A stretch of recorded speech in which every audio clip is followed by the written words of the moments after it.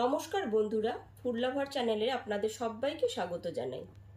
আজ এসে গেছি আরেকটি শীতকালীন রেসিপি নিয়ে। শীতকালের বাজারে নানান রকম টাটকা শাকসবজি পাওয়া যায়।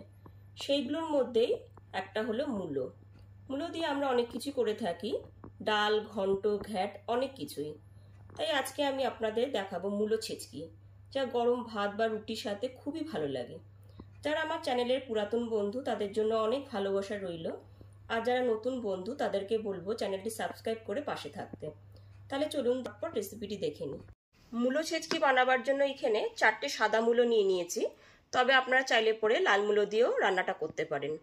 মূলোটাকে পরিষ্কার করে ভালো করে ধুয়ে এবার গ্রেট করে নিতে হবে। মূলোটা খুব ভালো মতো ধুয়ে দুপাশটা এরকম কেটে নিয়েছি। এবার মূলোটাকে গ্রেটার দিয়ে গ্রেট করে নেব।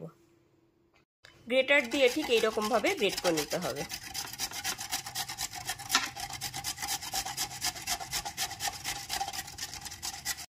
সমস্ত মূলোটাকে ঠিক এইরকমভাবে গ্রেট করে নিতে হবে।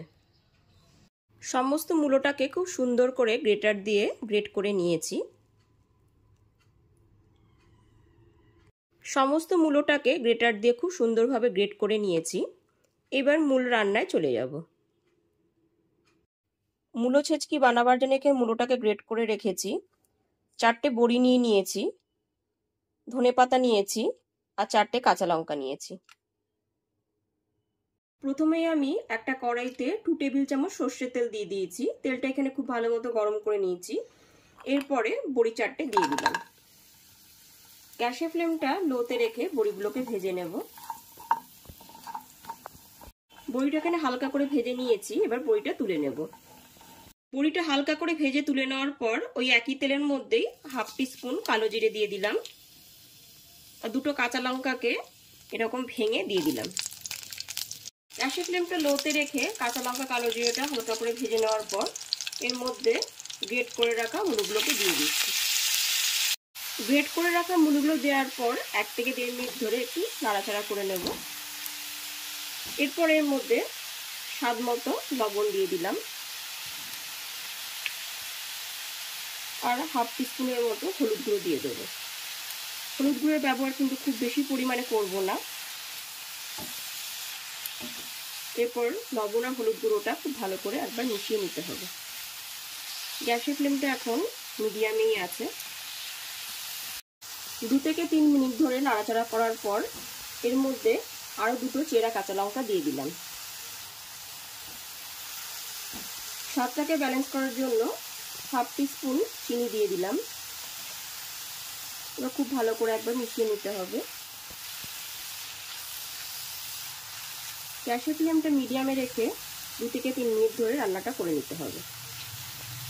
3 থেকে 4 মিনিট ধরে মূলোটাকে খুব ভালো করে নাড়াচাড়া করে ভেজে নিয়েছি। এরপরে এর মধ্যে 4টে বড়ি গুঁড়ো করে নিয়েছি, সেটা দিয়ে দিলাম। বড়িটা এরকম গুঁড়ো করে দিলে খেতে খুব ভালো হয়। এরপর বড়িটাকে খুব ভালো মতো একবার মিশিয়ে নিতে হবে।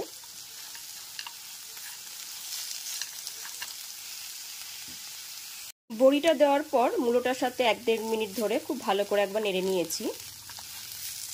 এরপর এর মধ্যে দিয়ে দিচ্ছি 1 টেবিল চামচ ধনেপাতা কুচি।